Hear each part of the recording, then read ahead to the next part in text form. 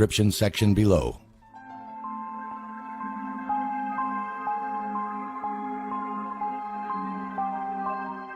In 1907, the American Medical Association involved the Carnegie Foundation in elaborating a book-length study of medical education in the United States and Canada, also known as the Carnegie Foundation Bulletin No. 4.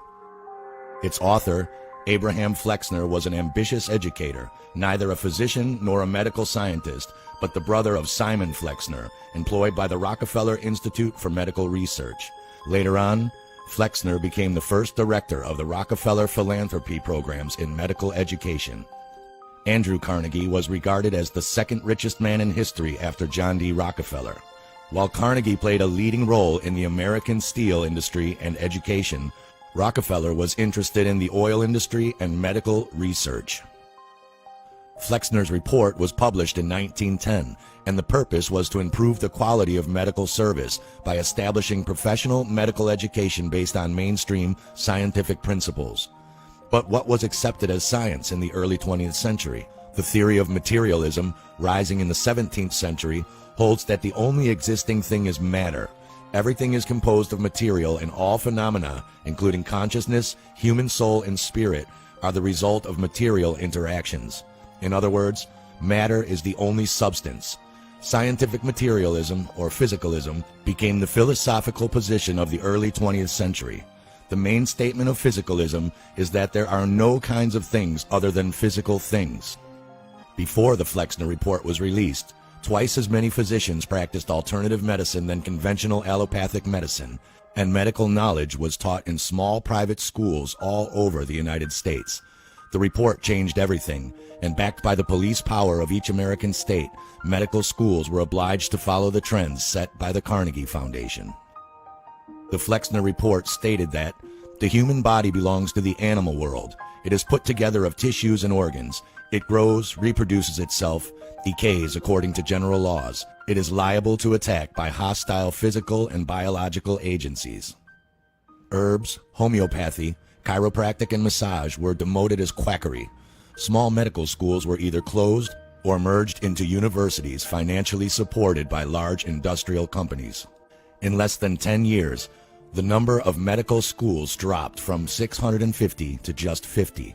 The number of medical students decreased from 7,500 to 2,500, and they were unable to afford the high education fees. The report included a detailed regulation of medical education and pharmacology as the only solution against dreadful diseases.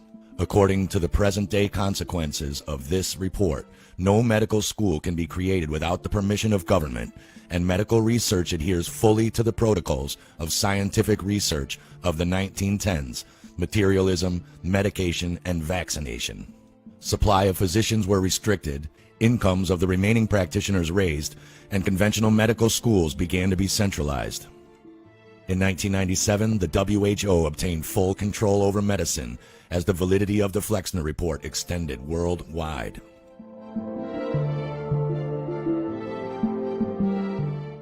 And what was the long-term result of reforming medical education and practice?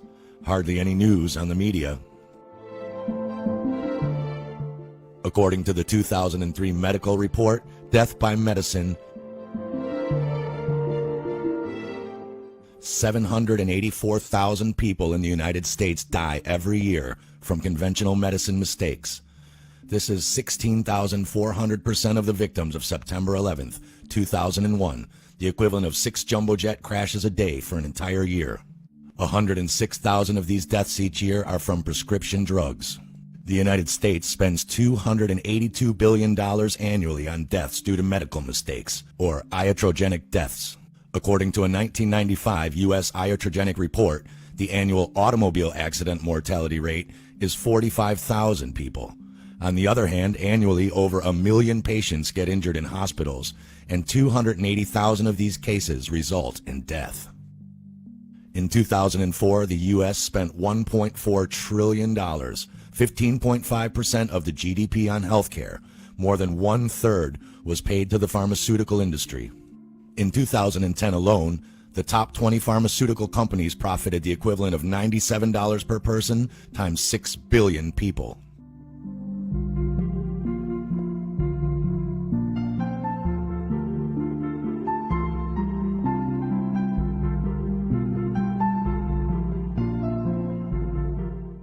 Back in 2001, Pfizer was the #1 most profitable company with $7.8 billion profit of all the Fortune 500 companies.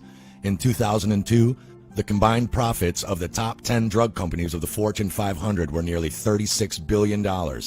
That is more than the profits of the other 490 businesses put together. After 100 years, we must raise the question, what went wrong?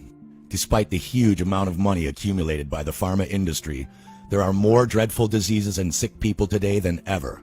You will find the answers in the Flexner Report, a document that created and enabled the terms of a centralized medical system and the pharma industry to take over the control of healthcare for profit.